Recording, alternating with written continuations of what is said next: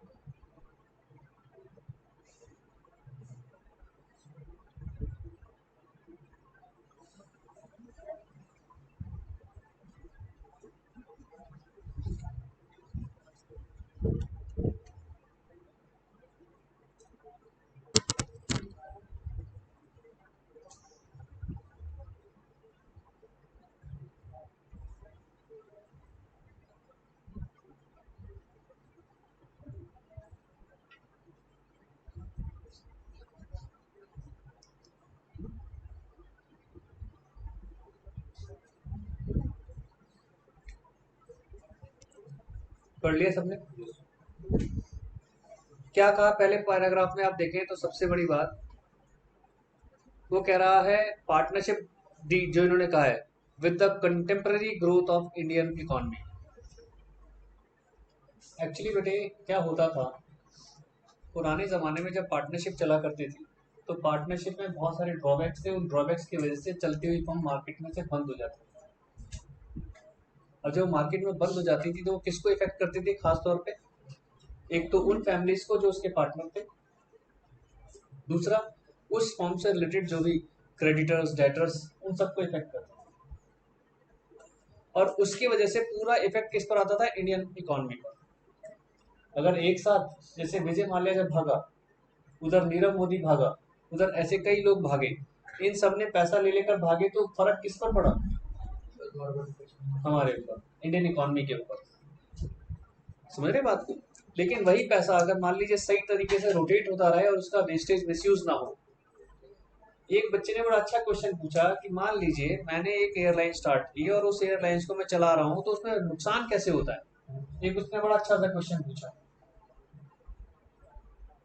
बताओ नुकसान कैसे होता है? कह रहा है नुकसान ऐसी तो होगा, हो सकता है मैंने तनख्वाह ज्यादा दे दी, खर्चे ज्यादा दे दिए, लेकिन पैसा तो मार्केट में ही है। इकोनॉमी को क्या नुकसान हो रहा है? मैं सैलरी दे रहा हूँ, मैं रेंट दे रहा हूँ, मैं खर्चे कर रहा हूँ, नहीं आप समझे, यानी मनी तो रोटेट हो रही है ना, तो नुकसान क्या हो रहा है?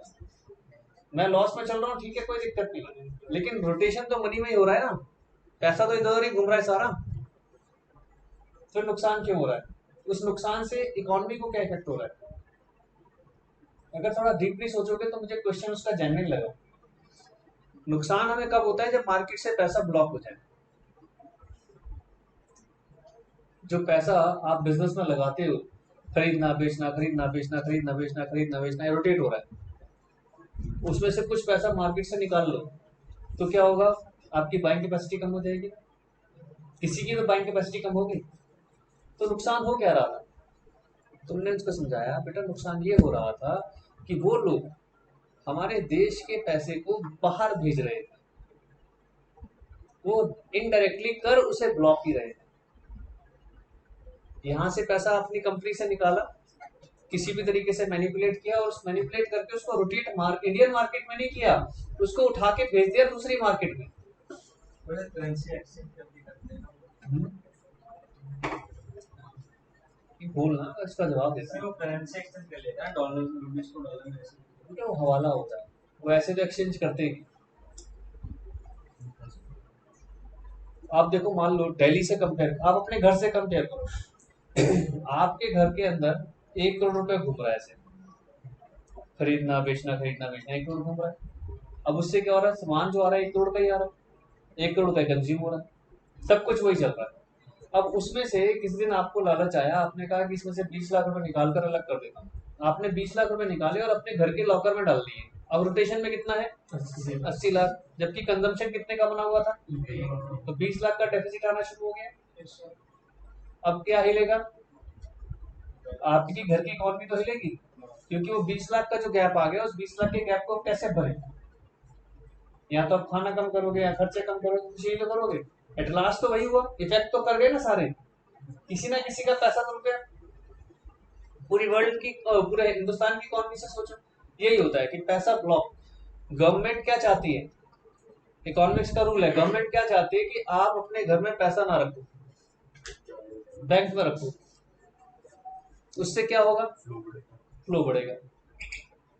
हालांकि ऐसा नहीं कि मनी का फ्लो बढ़ने से फायदा ही होता है, मनी का ओवरफ्लो से नुकसान भी होता है, लेकिन अगर मनी का जो एक्चुअल फ्लो होना चाहिए वो भी रोक दिया जाए तो भी तो नुकसान है।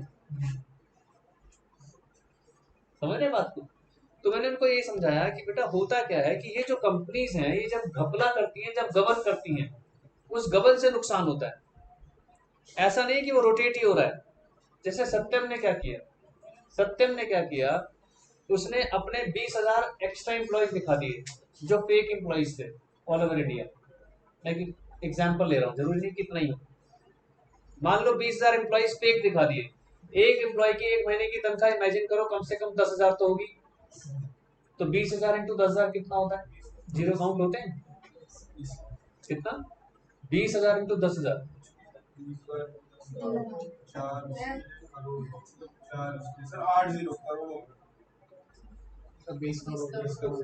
20 करोड़ हो गए, 2 करोड़, 20 करोड़ हो गए। 20 करोड़ छोटा सा एग्जाम्पल लिया आपने, तो 20 करोड़। तो साल भर का कितना हो गया? और ज्यादा 240 crore.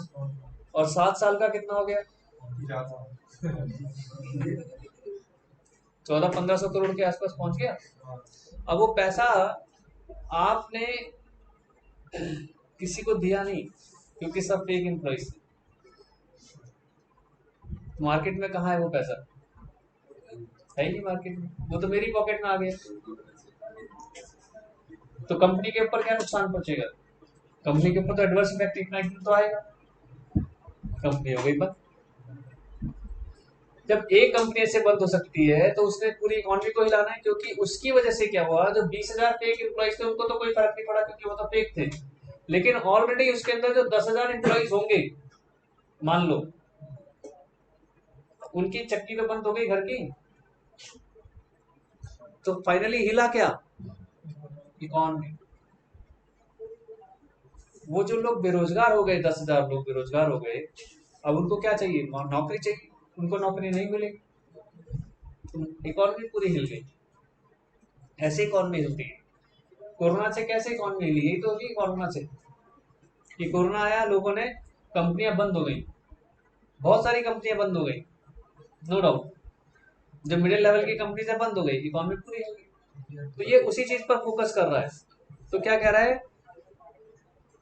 The law makers envisaged the need for bringing out new legislation for creation of the limited liability partnership to meet with the contemporary growth of Indian economy. Contemporary मतलब जो इफेक्ट होती रहती थी बार बार। हमने आगे बढ़े, एकदम से किसी ने पीछे खींच लिया, आगे बढ़े फिर पीछे खींच लिया, तो उस ग्रोथ को ठीक रखने के लिए। और क्या हुआ? इसकी वजह से क्या फायदा हुआ कि जो ट्रेडिशनल पार्टनरशिप थी उसका ऑल्टरनेटिव मिल गया आपको। ट्रेडिशनल पार्टनरशिप कौन सी थी? जो अभी तक आप कर रहे थे, अभी तक आप पढ़ रहे थे, 12th में आपने पढ़ा, उसका एक आपको क्या मिल गया? ऑल्टरनेटिव मिल गया। और सबसे ज्यादा बेनिफिट इसका किसको हुआ बेटे? जो आप लोग कोर्स की तैयारी कर रहे हो, प्रोफेशनल्स को, सीएस, सीएस, लॉयर्स, इनको फायदा मिला। इन्होंने एक कंपनी फॉर्म की, किस फॉर्म में? एलएलपी के फॉर्म में। एलएलपी के फॉर्म में कंपनी को फॉर्म करने के बाद ये लोग मार्केट में एग्जिस्ट करने लगे। अभी अभी आगे आने वाले टाइम में, क्योंकि अभी तो बहुत न्यू प्रोसेस हुआ है ना, कितने साल हुए अभी? अगर हम 2008 से काउंट करें तो 22 साल हुए, 12 साल हुए, 12 में 14 साल हो गए।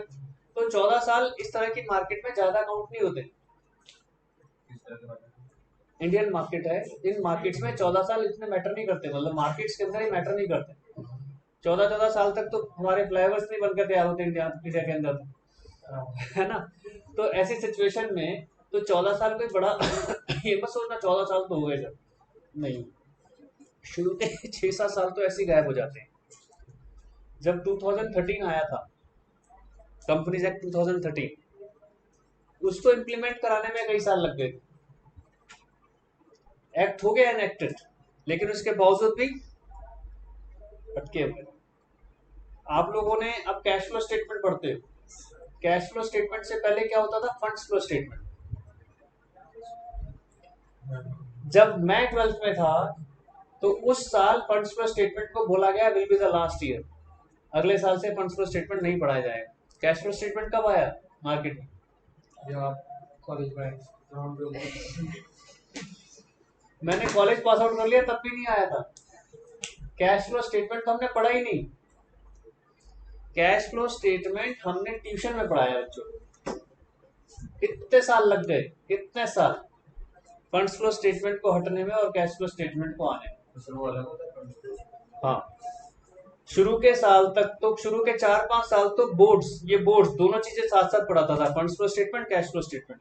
आपके घर में कोई आपसे 10-12 साल 15 साल सीनियर होगा, या अपने पापा मम्मी जिन्होंने कॉमर्स साइड से पढ़ा होगा, उनसे पूछकर देखना, वो बताएंगे कि बहुत सारे कई साल तक तो कैश फ्लो स्टेटमेंट और फंड फ्लो स्टेटमेंट को एक साथ पढ़ाया जाता रहा। ये अब पढ़ लो। फिर धीरे धीरे कोर्स में से फंड फ्लो स्टेटमेंट घटाया। तो मैं आपको ये बता रहा हूँ कि इम्प्लीमेंटेशन में इतना टाइम लग जाता है बेटा, ये छोटा टास्क नहीं है, it's a very huge task. तो 14 साल कोई बड़ी चीज नहीं है, ऐसे मत सोचना। लेकिन आगे आने वाले टाइम में आपको फिर एलएलपीज काफी दिखेंगी। हालांकि अब बननी शुरू हो गई हैं, हमारे एडवोकेट्स ने एलएलपी लिखना शुरू कर दिया है, चार्टर्ड अकाउंटेंट्स ने लिखना शुरू कर दिया है, कॉस्ट अकाउंटेंट सब अब शुरू हो गए हैं। ठीक है, अब इस ये एक एलएलपी है क्या सुनील सर वाली? नहीं, ये एलएलपी नहीं।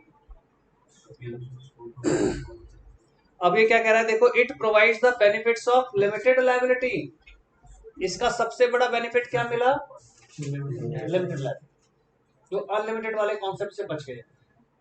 ठीक है, और देखो क्या कह रहा है लास्ट में, enables entrepreneurs, professionals and enterprises, इनका सबसे ज्यादा इसको बेनिफिट मिला। और साथ में suitable vehicle for small enterprise, जो छोटी छोटी एंटरप्राइजेस है उनके लिए बहुत अच्छा व्हीकल बना, और इन्वेस्टमेंट के पॉइंट ऑफ व्यू से भी एक अच्छा फॉर्मेट बना। मेन चीज 3, लिमिटेड लायबिलिटी, दूसरा सेपरेट लीगल एंटिटी, और तीसरा एक पार्टनर दूसरे पार्टनर का एजेंट नहीं। ठीक है जी, ये सिर्फ एक थ्योरी थी, पढ़ना था, यहां से लिखना शुरू करेंगे। आइए, first point, first important point, limited liability partnership meaning and concept. Limited liability partnership meaning and concept start कर रहे हैं हम लोग। मीनिंग एंड कॉन्सेप्ट, वही पहले मीनिंग में लिखो फर्स्ट पॉइंट, पॉइंट वाइज लिख लेते हैं, छोटा छोटा, ज्यादा बड़ा नहीं। New form of business, new form of business है ये। Second point, having separate legal entity, having separate legal entity. Third point, having limited liability.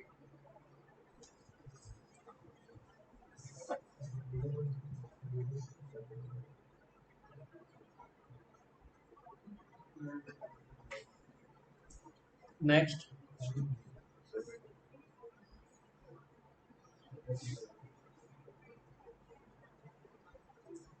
it's a combo of it's a combo of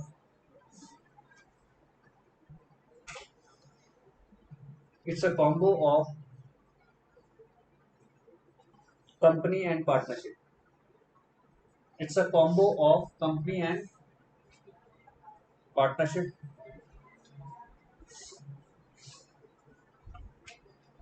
Next,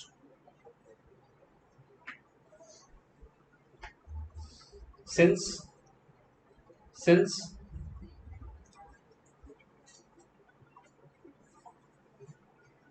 LLP have privilege of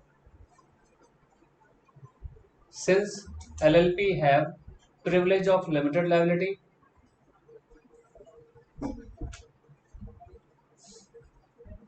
and flexibility of partnership and flexibility of partnership and flexibility of partnership, this is known as hybrid, HYBRID, hybrid between a company and partnership. ये इसका meaning हो जाएगा, hybrid कहलाता है ये, between a company and partnership. आप सुनते होंगे हाइब्रिड, तो प्लांट्स में भी आता है हाइब्रिड, थोड़ा सा अलग तरीके का बोलते हैं है ना, जब कॉम्बिनेशन बनते हैं। आपने सुना होगा वैसे बताया था एक एग्जाम्पल, थोड़ी बहुत नॉलेज शेयर कर लेता हूँ। आपके घर में जो गेंदे का पौधा लगा है, उसके फूल से अगर आप चाहें तो गेंदे का पौधा बना सकते हैं। लेकिन एक होता है अंग्रेजी गेंदा, इंग्लिश गेंदा, इंग्लिश गेंदे का फूल, वो बहुत ही एक पर्टिकुलर शेप का होता है।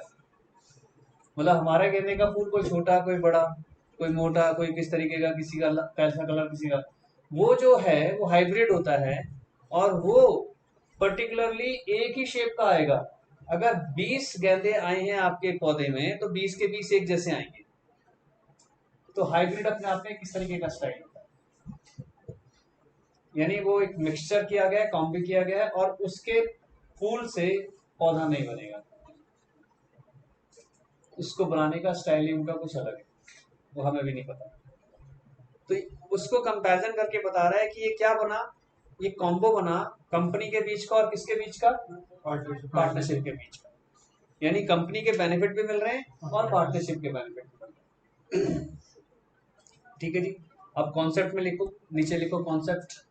पहले लिखा मीनिंग हमने, अब लिखी कॉन्सेप्ट।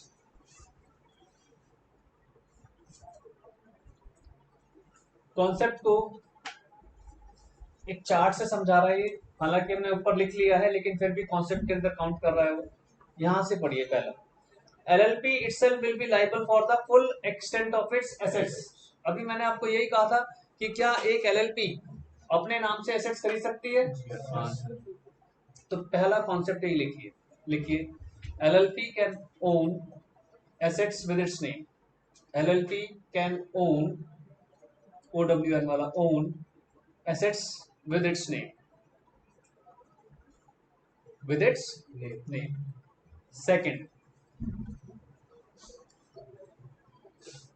सेकंड क्या कह रहा है,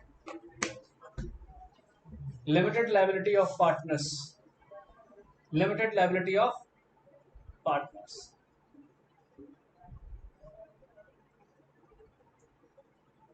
तीसरा, separate legal entity, limited liability of partners के साथ सेपरेट लीगल एंटिटी, तीसरा। चौथा,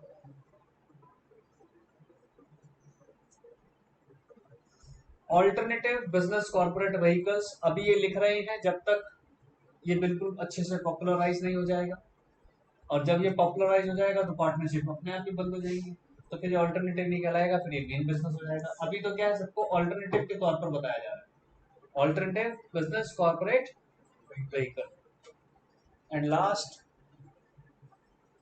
इसको क्या मिल रहा है, फ्लेक्सिबिलिटी। किस चीज की फ्लेक्सिबिलिटी, कि आप इंटरनल स्ट्रक्चर को अपने अकॉर्डिंग बना सकते हो। कंपनी के केस में फ्लेक्सिबिलिटी नहीं है, कंपनी के केस में फ्लेक्सिबिलिटी नहीं है, lots of restrictions are there. मतलब डेज में चलता है, इतने दिन बाद ये वाली मीटिंग, इतने दिन बाद ये वाली मीटिंग, इतने दिन बाद ये वाली मीटिंग, इतने दिन के अंदर इसकी रिपोर्टिंग, इतने दिन के अंदर इसकी रिपोर्टिंग, यही करते रहो। एक मेरे स्टूडेंट ने कंपनी फॉर्म की है अभी, प्राइवेट लिमिटेड। वो बताता है, कह रहा सर मैं तो दुखी हो गया। मैं कैसे, कह रहा हर महीने जीएसटी भरो, कह रहा हर महीने। ठीक है जी, कह रहा अब जीएसटी भरना, तो कहता है एक दिन तो उसमें उलझ जाता है मेरा। कह रहा फिर कभी बैंक जाओ, कभी कुछ करो, कभी ये इन्फॉर्मेशन, कभी वो इन्फॉर्मेशन, कभी ये वाली मीटिंग की रिपोर्ट्स भेजनी है, कभी इसके मिनट्स भेजने हैं। कहता बस यही लगा रहता हूँ। कहता मुझे ऐसा लगता है कि मैं और कुछ काम ही नहीं करता। तो डायरेक्टर है भाई, डायरेक्टर का काम यही है और कुछ नहीं करना। तो कह रहा सर बिजनेस कब करूंगा। तो कॉन्सेप्ट क्या है, वो कहते हैं कि आपको डायरेक्टर बनाया गया है, आपको काम थोड़ी करना है, आपको तो डायरेक्टरगिरी करनी है, आपको काम नहीं करना। अब छोटी कंपनी अगर कोई खुल गई, अब उस बेचारे ने तो छोटी सी कंपनी खोली थी, तो मैंने कहा भाई फिर तुझे LLP खोलनी चाहिए थी। कह रहा गलती हो गई सर, पता ही नहीं था ये concept.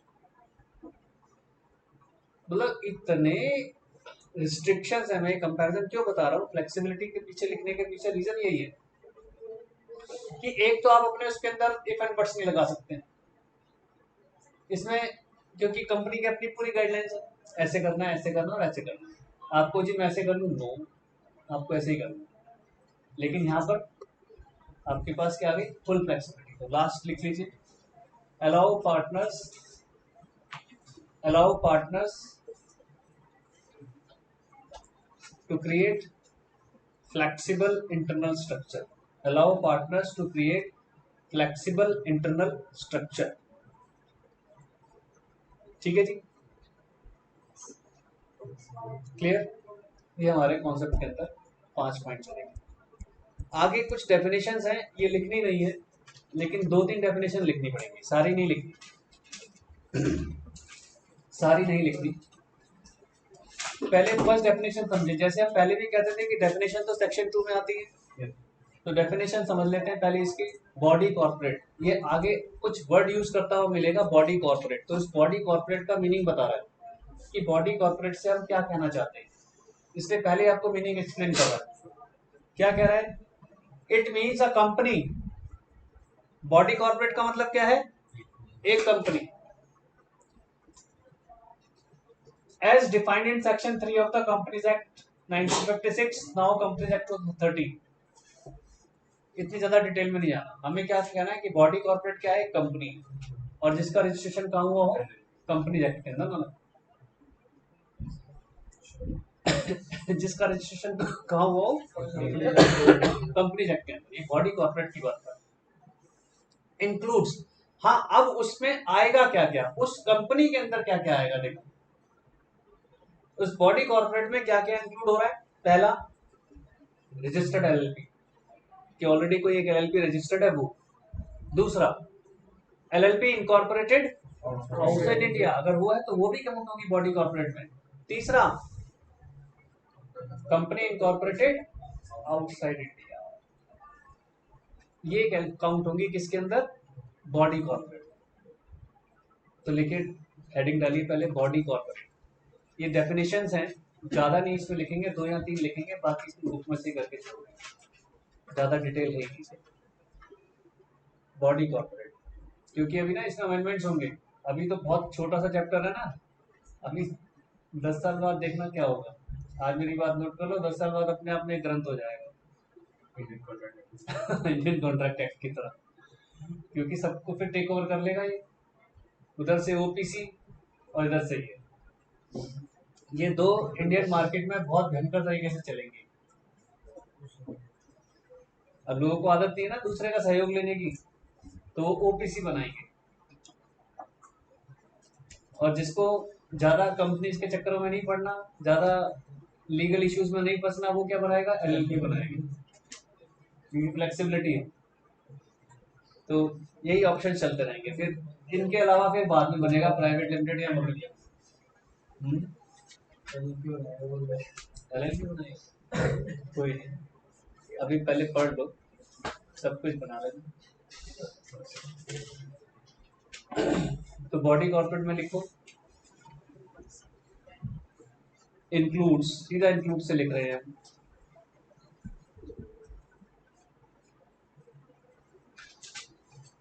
Registered LLP, registered LLP,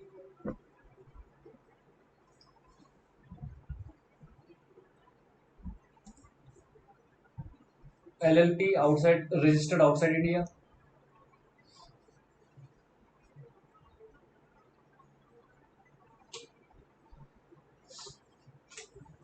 तीसरा, company incorporated outside India.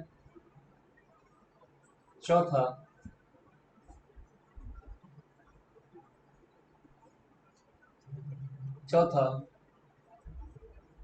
Company under section 3 of companies act, companies under section 3 of companies act. ठीक है, ब्रैकेट में इंडिया लिख लेना, ये इंडिया की बात हो रही है। ये 4 हो गए, क्योंकि उसने एक ऊपर लिख दिया था, हमने वो नीचे चौथा पॉइंट बना दिया। ठीक है, कंपनीज एक्ट, ये तो 4 इंक्लूड कर रहे हैं, बट नीचे और समझा रहा है, लिखो डज नॉट इंक्लूड। अब ये 4 तो हो गए, लेकिन आगे के 3 ऐसे बताए जा रहे हैं जो बॉडी कॉर्पोरेट नहीं कहलाएंगे। पहला, हाँ, जो इंक्लूड नहीं कहलाएंगे but does not include, corporation sole, यानी सोल प्रोप्राइटरशिप। कॉर्पोरेशन सोल, जो एकल व्यापारी होते हैं, हिंदी में बोलते हैं, वो कॉर्पोरेशन सोल। दूसरा, कोऑपरेटिव सोसाइटी,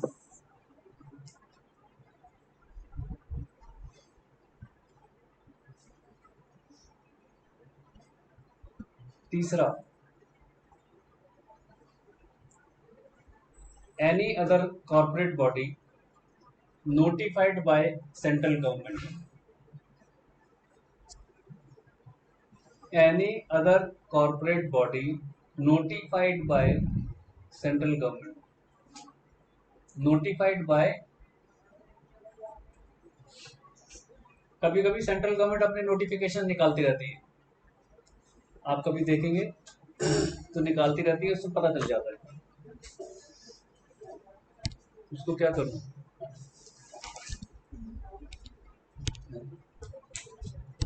कहाँ से करूं, रिवो करते हैं। अच्छा तब एंड हो, अभी नहीं कर सकते। ठीक है जी, ये 3 इसके अंदर काउंट नहीं होंगे। 4 + 3 का कॉम्बिनेशन है, 4 आएंगे और 3 नहीं आएंगे। बिजनेस को कुछ नहीं लिखना। बिजनेस से मतलब क्या होता है, ट्रेड, प्रोफेशन। अभी हमने ऊपर पढ़ा है कि यहाँ तो सबसे ज्यादा बेनिफिट प्रोफेशनल्स उठा रहे हैं, तो क्या क्या लिखा है, ट्रेड, प्रोफेशन, सर्विस है। भाई हम तो जो प्रोफेशनल सर्विस ही तो देते हैं, तो सर्विस ही आ गया। ठीक है, डेजिग्नेटेड पार्टनर अभी नहीं लिखना, आगे लिखवाएंगे, क्योंकि वो बता रहा है कि अंडर सेक्शन 7 समझाया जाएगा। अभी तो सेक्शन 2 चल रहा है ना, तो कह रहा है डेजिग्नेटेड पार्टनर को सेक्शन 7 में समझाया जाएगा। ठीक है, हो गई एंड अप। अब क्या करूं, अपग्रेड, वापस जाऊं,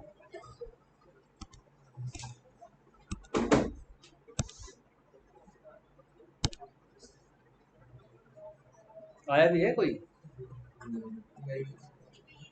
इसका दोस्त ही आया होगा जिसको फोन किया।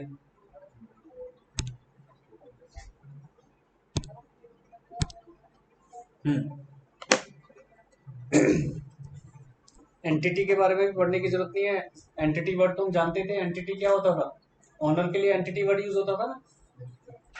फाइनेंशियल ईयर, अकाउंट्स में क्या था, फाइनेंशियल ईयर 1 जनवरी से स्टार्ट होकर अगले साल की 31 मार्च तक, यही था। टेंशन है कुछ, फाइनेंशियल ईयर पता है ना, पक्का। अरे आप फेस एक्सप्रेशन ऐसे दे रहे हो, इसलिए पूछ रहा हूँ, कुछ स्किप हुआ क्या, पक्का ना। फॉरेन एलएलपी क्या होगा,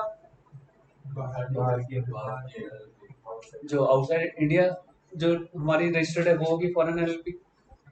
लिमिटेड लायबिलिटी पार्टनरशिप से क्या मतलब है, जो इस एक्ट के अंदर हम पढ़ रहे हैं उसी को बोलते हैं लिमिटेड लायबिलिटी पार्टनरशिप। तो कुछ लिखने की जरूरत नहीं। लिमिटेड लायबिलिटी पार्टनरशिप एग्रीमेंट क्या है, जो इसके अंदर बनाया जाएगा agreement between the partner, that is called LLP agreement. Partner कौन होंगे, जो भी इस लिमिटेड लायबिलिटी पार्टनरशिप के एग्रीमेंट के अंदर जो लोग ज्वाइन करेंगे उसको कहते हैं हम लोग पार्टनर। तो यहाँ तक कोई खास डेफिनेशन नहीं है। अभी हम सेक्शन 7 पार्टनरशिप की डेफिनेशन नहीं डाल सकते, हम पार्टनरशिप की डेफिनेशन नहीं डाल सकते। कौन सी definition, 2 or more people coming together for a work with limited liability। हाँ बस वही डेफिनेशन आ जाएगी, बस वो आ जाएगा कि they were agreed, mutually agreed under the limited liability partnership act, उसमें फिर वो आएगा। क्योंकि जो एग्रीमेंट होना चाहिए फिर वो एलएलपी के अंदर आएगा, वो वाला ध्यान रखना है, एलएलपी बेस्ड रहेगा।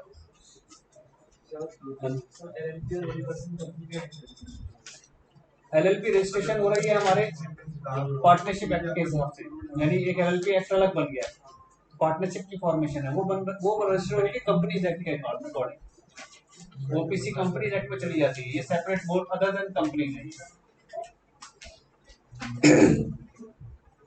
हाँ जी बेटा, ये भी हमने ऊपर लाइन अंडरलाइन की थी, मार्क भी की थी कि जो भी पार्टनरशिप एक्ट के रूल्स हैं वो एलएलपी के ऊपर एप्लीकेबल नहीं। ठीक है, ये देखो आ गया, आप जो कहते हैं ना पार्टनर्स की डेफिनेशन। यहाँ थोड़ा सा ध्यान रखने वाली बात है कि क्या है पार्टनर की डेफिनेशन, ये लिख लीजिए, लिखो partners section 5, partners section 5। Section 4 क्या था देखा आपने कि पार्टनरशिप एक्ट के कोई रूल इस पर एप्लीकेबल नहीं है, वो सेक्शन 4 है इतना सा। सेक्शन 5 क्या कह रहा है कि पार्टनर कौन हो सकता है। पार्टनर इसमें कौन हो सकता है, देखो ध्यान से पढ़ो। एन इंडिविजुअल और अ बॉडी कॉर्पोरेट, ध्यान से देखना, पार्टनर कौन हो सकता है, इंडिविजुअल हो सकता है, जबकि पार्टनरशिप में बॉडी कॉर्पोरेट पार्टनर नहीं हो सकता था। अभी पीछे ऊपर वर्ड बॉडी कॉर्पोरेट यूज हो रहा था ना, वो इसीलिए पहले आपको बॉडी कॉर्पोरेट क्लियर कर रहा है।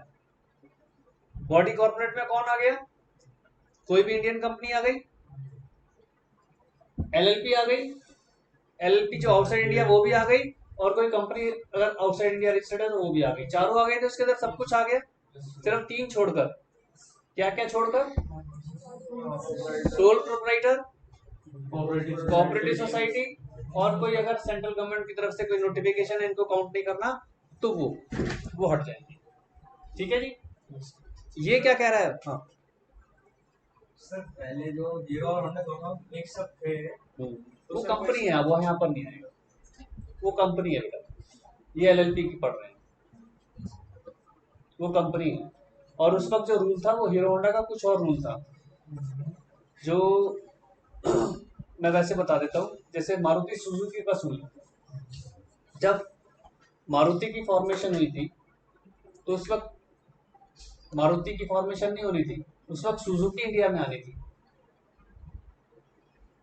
संजय गांधी साहब सुजुकी को इंडिया में लाए थे, जापानीज कंपनी थी ना शायद सुजुकी, तो सुजुकी को कहा गया कि आ जाओ इंडिया में प्लांट लगाओ। अब सुजुकी ने इंडिया में प्लांट लगा दिए। जैसे ही प्लांट लगा, कंपनी का रूल लग गया कि भैया बाहर की कंपनी तो इंडिया में आ ही नहीं सकती, बैन है, बैन है। क्या करें, कोलैबोरेशन कर सकती है। तो संजय गांधी साहब ने मारुति कंपनी बनवाई। अभी तक किसी को पता नहीं है कि तो मारुति कंपनी के अंदर संजय गांधी का इंटेक है, स्टेक जिसे बोलते हैं, काफी बड़ा। अब पता नहीं हो रियल लीगली अब कितना कितना नहीं, ये मुझे नहीं पता, लेकिन संजय गांधी साहब लाए थे मारुति को इंडिया के अंदर। ठीक है, नहीं किसने कहा गवर्नमेंट, संजय गांधी गवर्नमेंट थोड़ी है। मैंने कहा संजय गांधी लाया था, संजय गांधी पता होगा ना कौन था, कौन था, प्राइम मिनिस्टर क्या हो गया तुझे। इंदिरा गांधी इंदिरा गांधी का छोटा बेटा, हस्बैंड नहीं, वो तो कहानी खत्म पे खत्म कर जा रहा भाई साहब। क्या हो गया तुझे, ऐसे बोलिए मत, बाहर भाई पिटाई हो जाएगी, पिटाई हो जाएगी। कांग्रेसी अगर मिल गए तो तुझे पीट देंगे।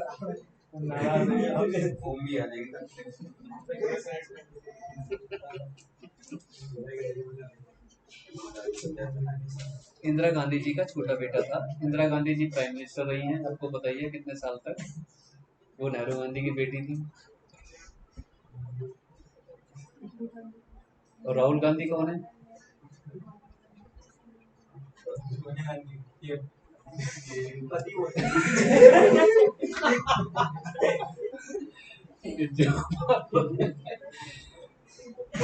इंदिरा गांधी का जो बड़ा बेटा था राजीव गांधी, उनका बेटा है राहुल गांधी। इंदिरा गांधी के 2 बेटे थे, एक राजीव गांधी और एक संजय गांधी। तो राजीव गांधी जो बड़ा बेटा था वो पीएम बना था, संजय गांधी पीएम बन ही नहीं पाया, अनफॉर्चुनेट था। वो एक्सटर्नली सपोर्ट करता था गवर्नमेंट। तो राहुल गांधी उनका बेटा है, यानी गांधी इंदिरा गांधी जी का पोता हो गया एक तरीके से।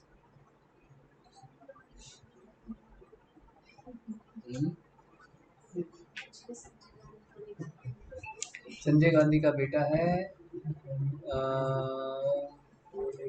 इसका नाम क्या है, नाम भूल जाता हूँ। संजय गांधी की वाइफ है मेनका गांधी, और उनका जो बेटा है वरुण गांधी।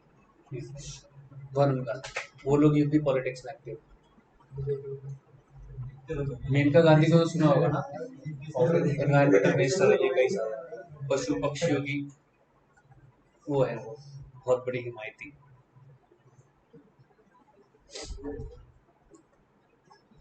तो हम पढ़ रहे थे, तो हाँ, जो सुजुकी की मैं बता रहा था बात, तो उस वक्त क्या था कि ये कुछ लॉज को वो किया जाता है मैनिपुलेट, कि डायरेक्ट कोई कंपनी अपना इन्वेस्टमेंट कर नहीं सकती, पहले इन्वेस्टमेंट नहीं कर सकती थी कोई बाहर की कंपनी आकर इंडिया में। अब तो जैसे कर रहे हैं, सबने अपने अपने प्लांट लगा दिए, निसान ने प्लांट लगा दिया, फोर्ड ने लगा दिया, सबने अपने अपने प्लांट लगा दिए। पहले प्लांट नहीं लगा सकते थे, तो प्लांट लगाया मारुति के नाम से और कोलैबोरेशन की गई सुजुकी, तो फिर वो बनी मारुति सुजुकी। पुरानी कारें सारी मारुति सुजुकी के नाम से बिकती थी, अब सिर्फ मारुति के नाम से बिक गई। तो सुजुकी अपने आप में एक बड़ी फेमस कंपनी रही है। तो सुजुकी ने अब यहाँ पर अब इंडिविजुअल स्टेटस डाला है, कुछ सुनने में आ रहा है। सुजुकी के बोलते थे इंजन अगर एक बार सुजुकी का लग गया आपकी कार में तो कभी खराब नहीं होगा। तो पार्टनर्स के बारे में वो हमें कहना चाह रहा है, या तो इंडिविजुअल हो, हम लोग इंडिविजुअल कहलाते हैं, या फिर बॉडी कॉर्पोरेट हो। बॉडी कॉर्पोरेट ऊपर हमने डेफिनेशन पढ़ ली। May be a partner of LLP, ये पार्टनर बन सकते हैं एलएलपी के अंदर। An individual shall not be, अब जो इंडिविजुअल है हम लोग, वो क्या नहीं होने चाहिए, उनके ऊपर क्या बंदिशें लगी हैं। पहला, वो अनसाउंड माइंड नहीं होना चाहिए। अनसाउंड माइंड मतलब जो डिसीजन लेने लायक ना हो, पागल भी बोल सकते हैं। दूसरा, अनडिस्चार्ज इंस्टॉलमेंट, कि अभी तक उसके ऊपर से इंसॉल्वेंसी वाले रूट सारे हटे नहीं है, वो अनडिस्चार्ज इंस्टॉलमेंट कहलाता है। मैंने बताया था ना, जब कोई पर्सन इंस्टॉलमेंट डिक्लेयर होता है तो उसके ऊपर कुछ रिस्ट्रिक्शंस लग जाती हैं, लेकिन रिस्ट्रिक्शन का मतलब ये नहीं कि सारी जिंदगी के लिए लग जाती है, कुछ टाइम के लिए लगती है। तो जब तक वो रिस्ट्रिक्शन लगी हुई है तब तक उसे बोलते हैं अनडिस्चार्ज इंस्टॉलमेंट। क्या बोलते हैं? Undischarged installment. फिर क्या कह रहा है तीसरा,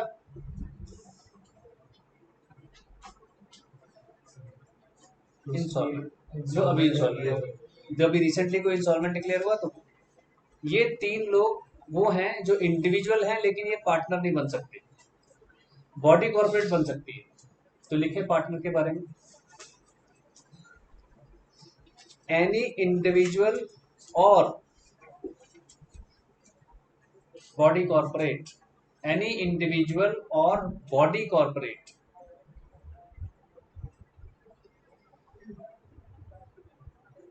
may be a partner of LLP, may be a partner of LLP।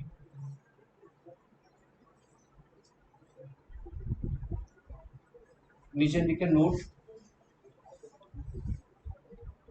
an individual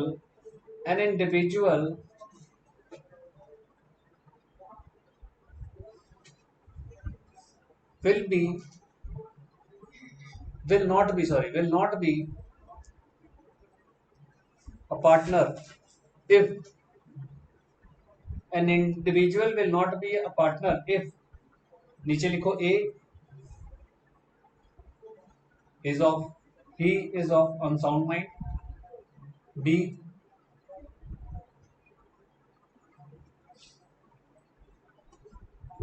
if he is undischarged insolvent,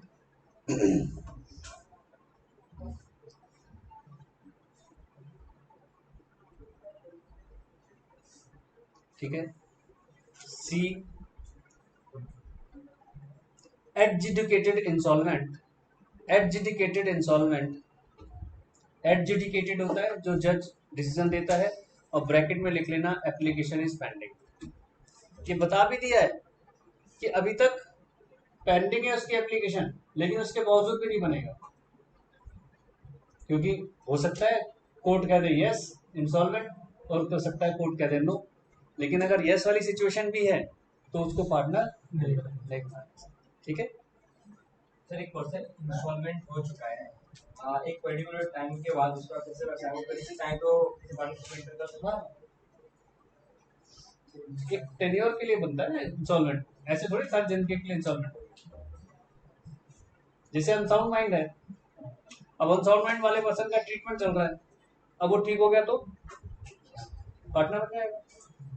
हमेशा के लिए थोड़ी कि आपके ऊपर तो एक साल पहले अनसाउंड माइंड का अटैक लगा था, अब आप कैसे आ गए? भाई ठीक हो गया, मेरा ट्रीटमेंट चला। सारे किताब को थोड़ी है क्या बोलता सलमान खान के ठीक भी नहीं हल्के। तेरे नाम लिखिए। हाँ, याद है मुझे। एक और नोट लिखिए।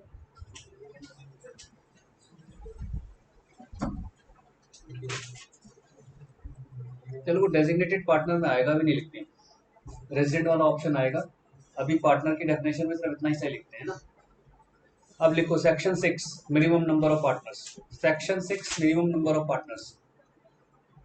Section 6 minimum number of partners वही 2। मिनिमम नंबर ऑफ पार्टनर्स क्या है? 2। बट ये इतना इजी वाला नहीं है, इसका 2 जो है थोड़ा सा कॉम्प्लिकेटेड है। इसका 2 थोड़ा सा कॉम्प्लिकेटेड है।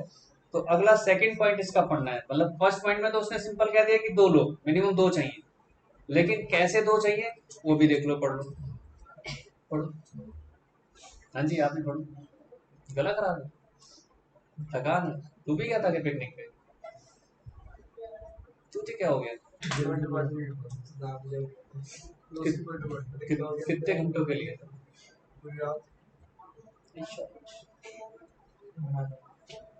You serious about your CA? आप सीए के लिए सीरियस हो? तो अब बर्थडे पार्टी में कौन जाता है?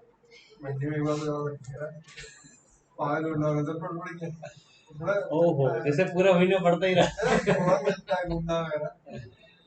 तो मैंने ये थोड़ी कहा छोड़ दो, मैंने कहा पोस्टपोन करो। तुम लोग समझते नहीं हो यार, मैं भी अपने घर में एक को समझा समझा के थक गया। समझते नहीं हो सर, सारे एक जैसे, सारे सबके एक ही मिट्टी है सर, उसके भी ऐसे आंसर होते हैं। बस बस भाई। हाँ जी, जी डोंट वरी, जी डोंट वरी। लेकिन मैं कहता हूँ कि शरीर को बेटे रिलैक्स मिलना बहुत जरूरी है। आप लोग समझते नहीं हो ना इस एज में। वैसे तो मैं कह रहा हूँ कि मैं भी नहीं समझा पाता अपने घर में, कोशिश फिर भी करते रहते हैं, क्या करें। पेरेंट्स हैं, टीचर्स हैं, तो दोनों चीजें एक साथ मिल जाती हैं।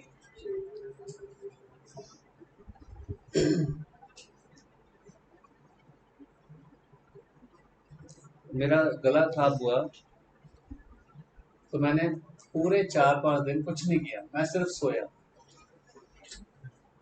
क्या कर सकते हो, कुछ कर तो सकते नहीं। 102 बुखार है, तो इससे अच्छा सो, दवाई खाओ और सो जाओ, दवाई खाओ और सो जाओ। और आप बिलीव नहीं करेंगे, पहले 2 दिन तो मैं ऐसे सोया जैसे मैं बेहोश होकर सोया। मतलब इतना, एक्चुअली क्या होता है, जो नींद होती है ना, वो कभी भी पूरी नहीं होती हमारी, दिल्ली के लोगों की खासतौर पर। वो पेंडिंग रहती है, और वो अपनी जब पेंडेंसी कंप्लीट करने पर आती है, वो पेंडेंसी कंप्लीट भी जरूर करती है, ये भी ध्यान रखना। नींद को कभी पेंडिंग नहीं छोड़ना चाहिए, नींद प्रॉपर लेनी चाहिए 8 घंटे की। और आपकी जो जनरेशन है वो तो 8 घंटे की नींद लेती ही बहुत ज्यादा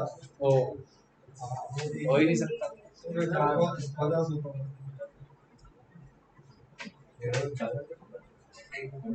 तो वैसे प्लेयर है, प्लेयर कहाँ सोते हैं?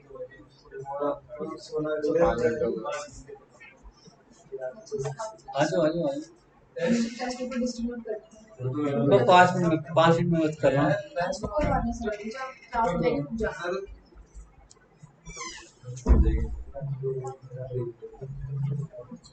देखो बेटा, अब ये एक पॉइंट डाल रहा है, जो सेकंड पॉइंट, मिनिमम 2 मेंबर्स तो चाहिए, लेकिन सेकंड पॉइंट क्या डाल रहा है, जरा ये ध्यान से पढ़ लो। अच्छा है, इंटरेस्टिंग है, आपको नयापन दिखेगा इसमें। जैसे हम पार्टनरशिप से अलग है ना, तो अलग चीजें भी इसके अंदर डाली गई है। क्या अलग डाली है, पढ़ो जरा। If at any time the number of partner of a LLP is reduced below 2, अगर किसी भी वक्त गलती से 2 से कम रह गए मेंबर्स एलएलपी and के, the LLP carries on business for more than 6 months, और वो जो बाकी का पार्टनर है उसने बिजनेस को 6 महीने तक कैरी फॉरवर्ड कर लिया, 6 महीने से ज्यादा, 6 महीने से ज्यादा।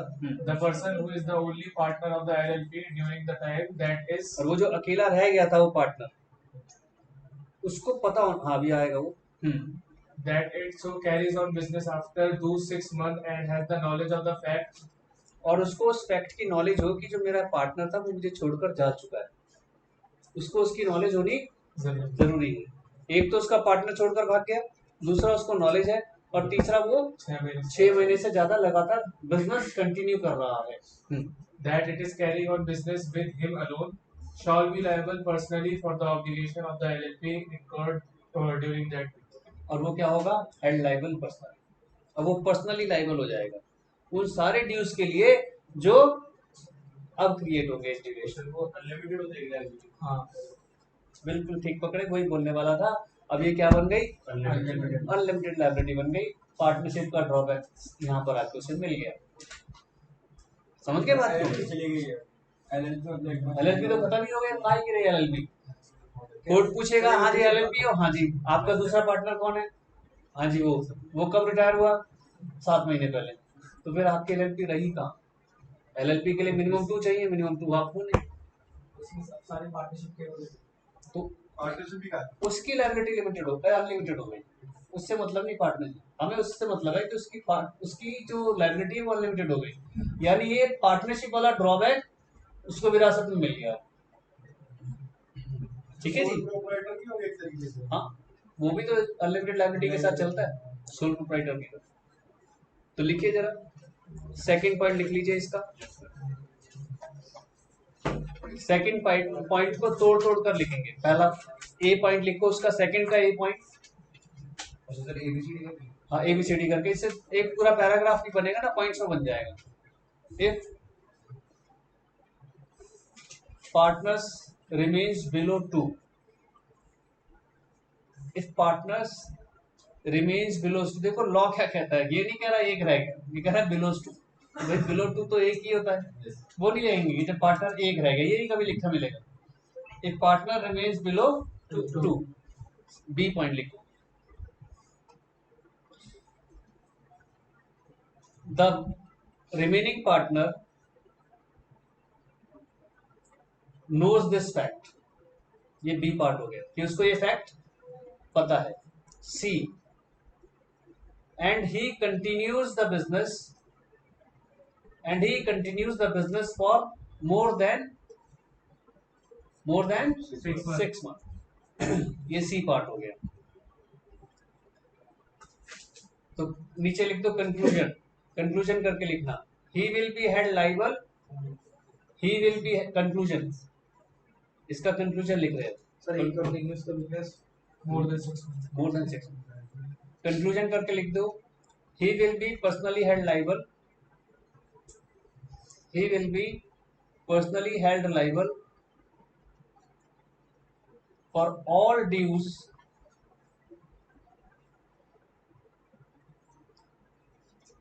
occurred during that period। occurred या incurred एक ही बात है, during that period, occurred during that period। ठीक है जी, ये तो थी हमारी किसकी डेफिनेशन, पार्टनर्स। ये तो पार्टनर हो गए। अब इसके बाद हम जो अभी पीछे छोड़कर आए थे, डेजिग्नेटेड पार्टनर की डेफिनेशन आ रही है, लिखिए सेक्शन 7 डेजिग्नेटेड पार्टनर। ये अपने आप में एक तरीके का क्वालिफिकेशन हो गया। जैसे डायरेक्टर होते हैं, डेजिग्नेटेड पार्टनर कहते हैं कि डेजिग्नेटेड है। पार्टनर कोई भी हो सकता है, लेकिन ये डेजिग्नेटेड पार्टनर है। अब डेजिग्नेटेड पार्टनर की डेफिनेशन देखिए क्या कहता है, पहले पढ़ लेते हैं फिर समझते हैं, बड़ा आसान सा है ये भी। वो कह रहा है हर एलएलपी में 2 डेजिग्नेटेड पार्टनर्स होने चाहिए। कितने? 2। वैसे तो 2 पार्टनर होने चाहिए, लेकिन पार्टनर डेजिग्नेटेड भी 2 होने चाहिए। अगर 2 ही पार्टनर है और दोनों डेजिग्नेटेड है, काम चल जाएगा। 2 ही पार्टनर है, दोनों डेजिग्नेटेड है, तो काम चल जाएगा। लेकिन इन्होंने एक और कंडीशन बोली, जो ये डेजिग्नेटेड पार्टनर्स हैं दोनों इंडिविजुअल होने चाहिए। इसका मतलब वो जो ऊपर हम बॉडी कॉर्पोरेट बोल रहे थे, वो डेजिग्नेटेड पार्टनर नहीं हो सकते, वो सिर्फ पार्टनर हो सकते हैं। Getting this point? हमने ऊपर पढ़ा था पार्टनर कौन कौन हो सकता है, बॉडी कॉर्पोरेट या इंडिविजुअल। या बॉडी कॉर्पोरेट कौन सी होंगी, जो एलएलपी है या एलएलपी आउटसाइड इंडिया है, या फिर वो कंपनी जो रजिस्टर्ड ऑफिसर, कोई भी हो सकता है, बट वो डेजिग्नेटेड पार्टनर नहीं हो सकते, यानी वो डायरेक्टर टाइप का नहीं हो सकते। डेजिग्नेटेड पार्टनर कहीं लिखा नहीं है, लेकिन डायरेक्टर सॉर्ट ऑफ टाइप, तो वो डायरेक्टर नहीं बन सकते, वो डेजिग्नेटेड पार्टनर नहीं बन सकते। डेजिग्नेटेड पार्टनर सिर्फ इंडिविजुअल ही बन सकता है, और कितने होने चाहिए वो? दो। तो इसका मतलब 2 इंडिविजुअल कंपलसरी हो गए। तो इंडिविजुअल को सेफर साइड देने के लिए बनाया है। इसका मतलब पार्टनरशिप हम जब भी बनेगी एलएलपी वाली, तो उसमें 2 इंडिविजुअल तो जरूर होंगे ही होंगे, नहीं तो बन ही नहीं सकते। पार्टनर कितने मर्जी हो, लेकिन 2 डेजिग्नेटेड पार्टनर चाहिए, दोनों इंडिविजुअल चाहिए, और एक कंडीशन और भी आएगी, जिसमें one of them resident of India होना चाहिए, लिखा होगा देखो, and at least one of them shall be resident in India. तो लिखो designated partner section 7, every LLP must have, इसने must नहीं लिखा है, मैं must लिखवा रहा हूँ, must have at least 2 designated partners, 2 designated partners who are individuals। एक तरीके से दूसरा पॉइंट हो गया, इसको भी एबीसी चाहो तो लिख सकते थे, who are individuals and at least one of them, इन दोनों में से भी कम से कम 2 बोल रहा है, इसमें से भी कम से कम एक, at least one of them must be resident of India.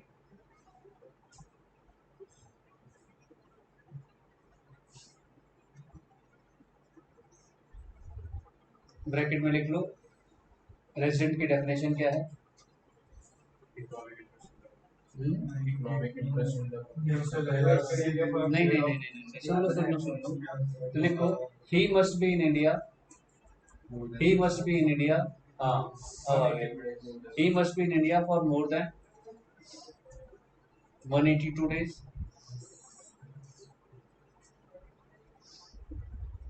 he must be in India for more than 182 days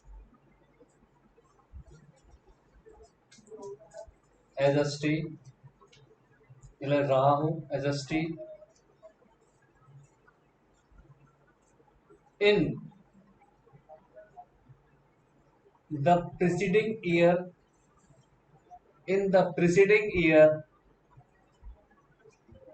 then the 1 year।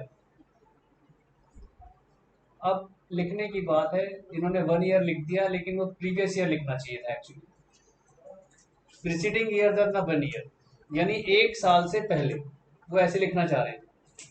1 साल से पिछला साल जो होगा, उसमें वो कितने दिन रहा हो कम से कम इंडिया के अंदर? 182 दिन का स्टे होना चाहिए उसको, ठीक है।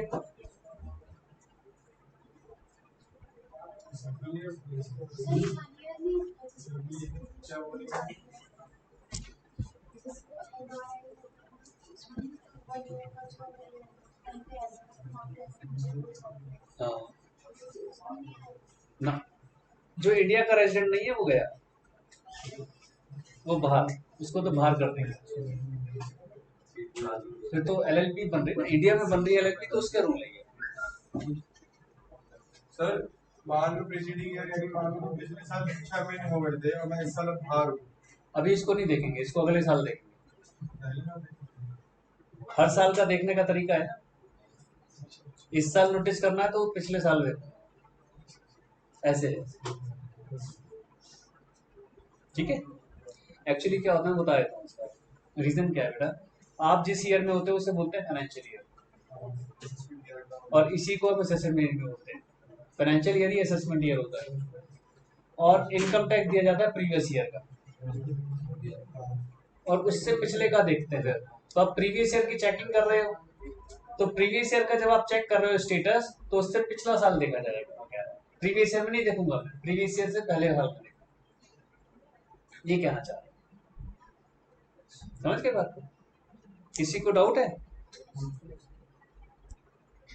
इसी को एक नोट और लिख लीजिए।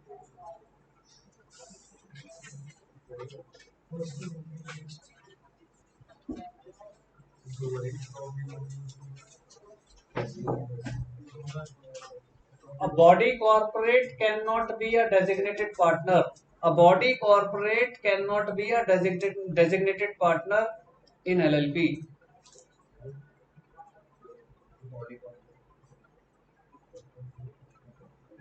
A body corporate cannot be a designated partner in LLP. Like director. लिखा नहीं है लेकिन वो डेजिग्नेटेड बोल रहे हैं इसको।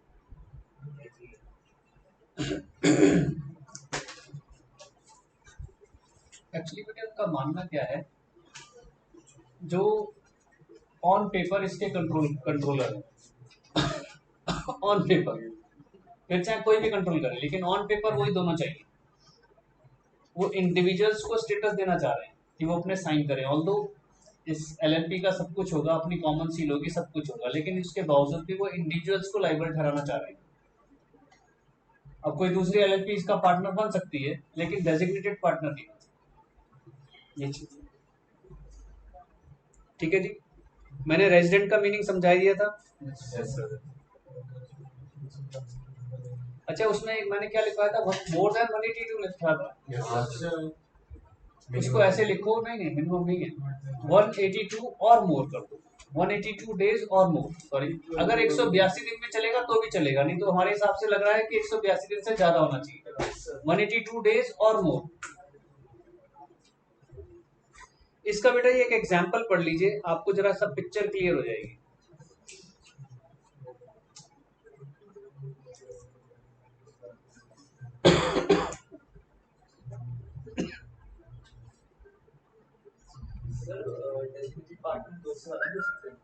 डेजिग्नेटेड पार्टनर 2 से ज्यादा हो सकते हैं, मिनिमम 2 लिखता है।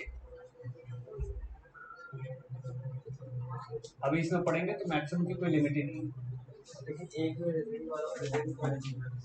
दो वेस्टेड होने चाहिए जिसमें से एक रेजिडेंट होना जरूरी है। एक से ज्यादा हो सकता है, मिनिमम एक तो चाहिए ही चाहिए ना, जो इंडिया में रहता हो। पकड़ना होगा किसको पकड़े, कोई पकड़ने के लिए तो चाहिए, किसी को सजा सुनानी है तो सजा भी तो सुनाई जाए भाई। कंपनी से स्टेटस कुछ तो कम रखोगे, अगर सब कुछ कंपनी जैसा स्टेटस दे दोगे तो कहेंगे फिर फायदा क्या रहा, कंपनी में तो जाएंगे लोग। ये इसलिए करा है, कंपनियों से कम, पार्टनरशिप से ज्यादा, तो डिफरेंस कैसे करेंगे, डिफरेंस दिमाग है लोगों के अंदर, 36 तरह के फितूरी दिमाग है, वो फितूरी दिमाग के हिसाब से बनाते रहते। क्या पढ़ा इस क्वेश्चन में बताओ। वो कह रहा है 5 पार्टनर है, ए है नॉन रेजिडेंट, बी है नॉन रेजिडेंट, सी रेजिडेंट, डी रेजिडेंट, ई भी रेजिडेंट। इसका मतलब पहले दो तो पार्टनर हो सकते हैं, वो पार्टनर हो सकते हैं लेकिन वो डेजिग्नेटेड नहीं हो सकते हैं एक डेजिग्नेटेड हो सकता है, और जो अगले 3 हैं उनमें से भी एक डेजिग्नेटेड होना जरूरी है, जरूरी है, एसेंशियल है।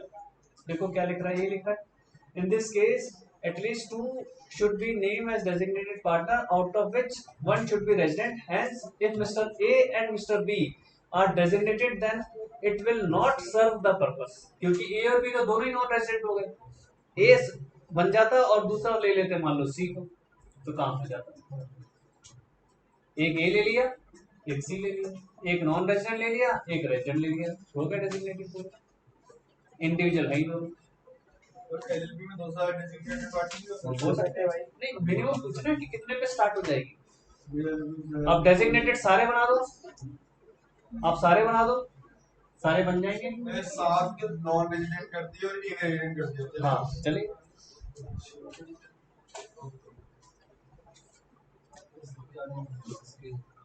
नहीं लेकिन एक मिनट है ना, नॉन रेजिडेंट तो वैसे ही डेजिग्नेटेड नहीं हो सकता ना, नॉन रेजिडेंट एक हो सकता है,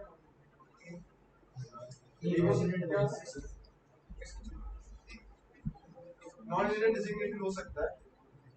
एक हमने पढ़ा है, हाँ नॉन रेजिडेंट डेजिग्नेटेड हो सकता है, लेकिन एक कम से कम हमारे को रेजिडेंट चाहिए ही चाहिए। सर वो तो साफ भी नाम रेजिडेंट है बोलते हैं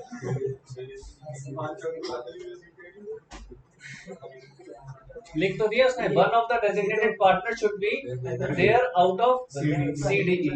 रेशियो का एक से एक कैसे? उनसे एक रेजिडेंट अच्छा नहीं एक होना चाहिए बस, बाकी का बाकी। देखो बेटा, ये आपको एक होमवर्क दे रहा हूँ आज। इसकी कैरेक्टरिस्टिक्स कितनी पढ़ने में आ रही है? देखो 16। और कैरेक्टरिस्टिक्स के नाम देखोगे तो आपको के सारे पढ़े हुए हैं, लेकिन आपको घर से पढ़कर आना है इनकी पूरी डिटेल। कोई नया पॉइंट निकलेगा तो आपने मुझे बताना है, मैं नहीं बताऊंगा ना, मैं पूछूंगा आप बताओगे कि सर इसमें मैंने नया पॉइंट ये पकड़ा है। बॉडी कॉर्पोरेट हम जानते हैं, पीछे पढ़ भी लिया हमने पूरा, बॉडी कॉर्पोरेट बार बार पढ़ रहे हैं। परपेचुअल सक्सेशन हम जानते हैं क्या होता है, all will die some will not die. Separate legal entity, mutual agency. यहाँ पर फर्क क्या है कि पार्टनर पार्टनर का एजेंट नहीं है। कर लिया ना, रुक जाओ, यहाँ तक डिस्कस करूंगा, छोड़ूंगा नहीं। LLP एग्रीमेंट बनेगा पार्टनर्स में आपस में बीच में। आर्टिफिशियल लीगल पर्सन हो गई अब तो LLP। कॉमन सील बनेगी उसकी, क्योंकि इस कंपनी का नाम से कुछ कर सकती है, कंपनी कह रहा हूँ LLP। लिमिटेड लायबिलिटी, फर्म की भी लिमिटेड लायबिलिटी है और पार्टनर्स की भी। मैनेजमेंट ऑफ बिजनेस, जो डेजिग्नेटेड पार्टनर्स है वो बनाए किससे जाने, मैनेजमेंट लेके। Minimum and maximum number of members दिखाएगा, मिनिमम तो है ही, हमने देख लिया, मैक्सिमम बता देगा कि क्या है। बिजनेस और प्रॉफिट होना चाहिए ओनली। ऐसा नहीं कि पता चला कि हमने बिजनेस स्टार्ट किया, क्या बिजनेस है कि साईं बाबा का मंदिर खोलेंगे, रोज साथ पे जो चढ़ावा आएगा उसका आधा आधा बांट लेंगे, वो भी बिजनेस ही है आजकल। बुरा मत मानना अगर कोई भक्त हो तो, लेकिन मंदिर आज की डेट में बिजनेस ही है। लेकिन वो कह रहा है नहीं, हम मंदिर को बिजनेस नहीं मानते। फिर क्या कह रहा है, इन्वेस्टिगेशन, ये नया पॉइंट है, ये आपको देखना है कि क्या कहना चाह रहा है। कॉम्प्रोमाइज और एग्रीमेंट अरेंजमेंट भी आपने देखना है, ये पढ़ना है। फिर अभी हमने पढ़ा कन्वर्जन ऑफ LLP शेड्यूल 2, 3, 4 के अंदर ई फाइलिंग ऑफ डॉक्यूमेंट्स, क्योंकि ये अपने आप में एक कंपनी के सॉर्ट ऑफ टाइप है, तो इसकी भी ई फाइलिंग होती है डॉक्यूमेंट्स। अभी हमने पढ़ा कि जो फॉरेन कंपनी में रजिस्टर्ड LLP फॉरेन कंट्री में, तो फॉरेन LLP कहलाएंगे। एक तो ये पढ़ने 16 पॉइंट्स आते हैं। एक सबसे लास्ट में, बिल्कुल लास्ट चैप्टर का खत्म, वो भी होमवर्क दे रहा हूँ।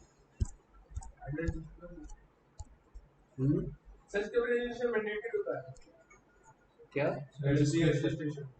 हाँ, उसके बिना कैसे बात करेंगे, फिर LLP कहलाएगी। जो डिफरेंस हमने कहा था कि डिफरेंस बताएंगे, ये LLP का पार्टनरशिप के साथ डिफरेंस 17 पॉइंट है, पढ़कर आने 17 पॉइंट है।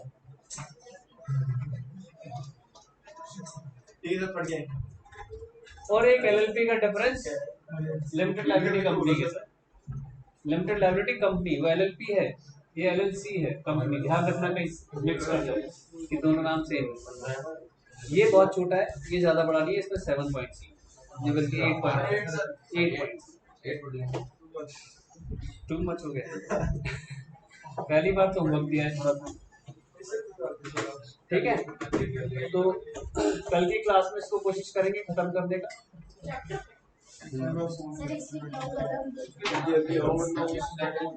नहीं अभी कहाँ खत्म, कंप्लीट में छोटा कंपनी बचा, कंपनी तो इसका डबल है। अभी नहीं हुआ,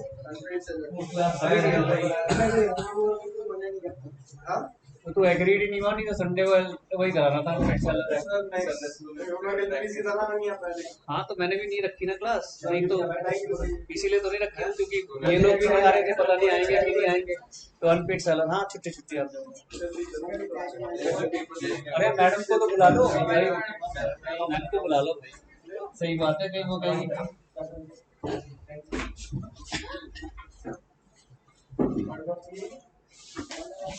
मैं तो लाता हूँ पूरा सही है मैं तो अपने चॉकलेट